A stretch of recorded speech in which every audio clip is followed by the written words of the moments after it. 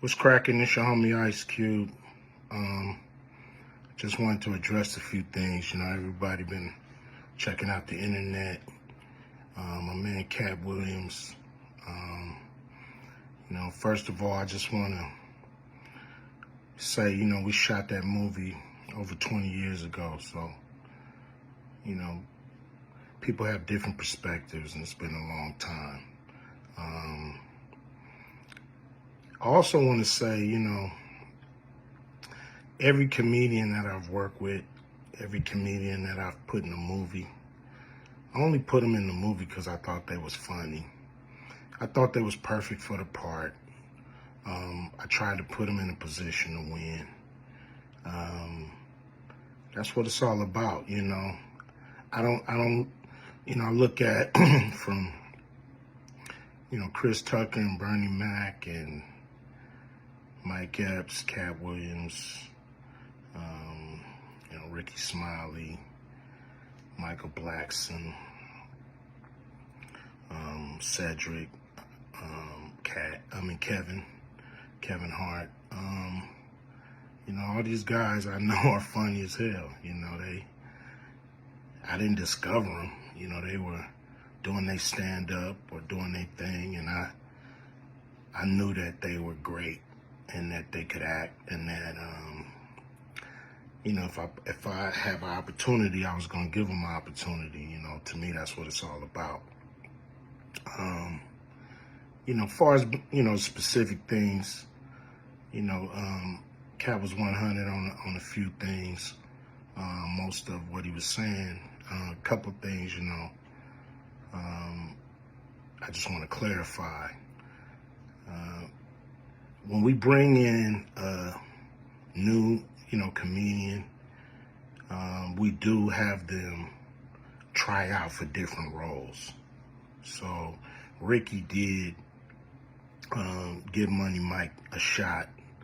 But when we saw him and, we kind of saw how he moved and how he was, auditioning, we decided that he would be a better, Santa Claus, which was, to me, the perfect casting. When we saw Mike, damn, I call him Money Mike. When we saw Katt, when I saw him, I just knew that he was perfect for Money Mike. And, Katt, said he wrote his role, which, the role was written, but he enhanced it. This is why Katt was so dope in the movie. Money Mike had a small role, about as big as the Santa Claus role, but when we start filming, he was giving us such magic that we kept expanding his role, giving him more to do because he was on point. When we shoot these movies, for one, the scripts are fire, or they wouldn't even do it. The scripts are laugh out funny. But we shoot the script, but once we get what we need from the script, we let the comedians ad-lib, riff, play with the words, do their thing. We give them a take where they can, or 2, 3 takes where they can go off and do what they feel. Sometimes it makes the movie, sometimes it don't. When somebody gives you jewels, you want to try to make sure that makes the movie. So in the movie, there's second thing I want to clear up.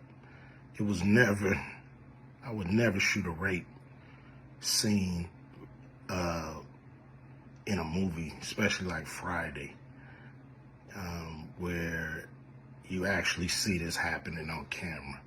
That ain't my style. If you check out any of my movies, they not raunchy.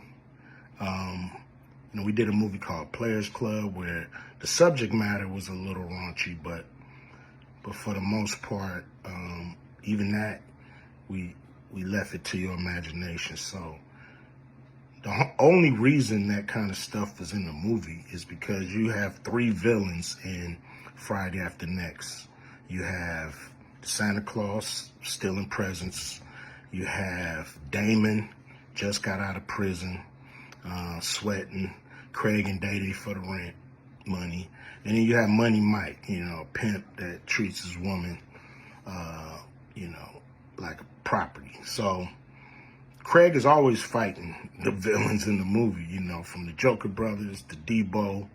And so we already had Craig fighting Santa Claus. And the only real way to get rid of the other two villains was to have them go against each other. And the plier joke was always in the script, it was never, we would never ever show that, that's not my style if you look at any of my movies. So, that was never a discussion, we, at that point in everybody's career, we would listen to a certain extent, but we wasn't gonna change the movie for any actor. We do what we feel, and if it was a rape scene, it would have been in the movie. There was no reason not to shoot it. But that's not my style. I don't even like that kind of shit in movies, on camera. And so, that was, to me, a little discrepancy there. Katt, he wrote a lot of his part because, like I said, he was giving us jewels, so we were keeping the camera rolling. He was coming off the dome. He was coming prepared every day to steal the show. That was his mission. And, that's what he did, with the movie. And it launched his career, And I'm proud of the movie. I'm proud of all the guys who've, come through, a Q Vision production and went on to do bigger and better things. And look, a lot of people are talking about pay and how much they was paid on these movies that were extremely low budget. Most of these guys work a couple of days, and when you're doing a movie, there's over 100 people working on the movie that need to get paid. Most of them got to get paid every day. And there's pre-production and post-production. Even after you finish with the actors, you got to pay editors and sound people. And my movies are all about quality. So most of the money go up on the screen.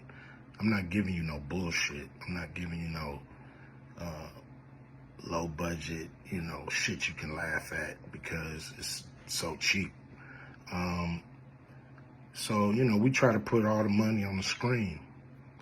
And so any actor that's mad at what they got paid, just look at what you was doing. Look at where your career was at the time. Take a look at where it is now. And Friday has something to do with that, I believe. And I put a lot of people in movies, but they ain't never put me in a movie. So you could take that for what it's worth. You know what I'm saying? I've given a lot of these guys opportunities.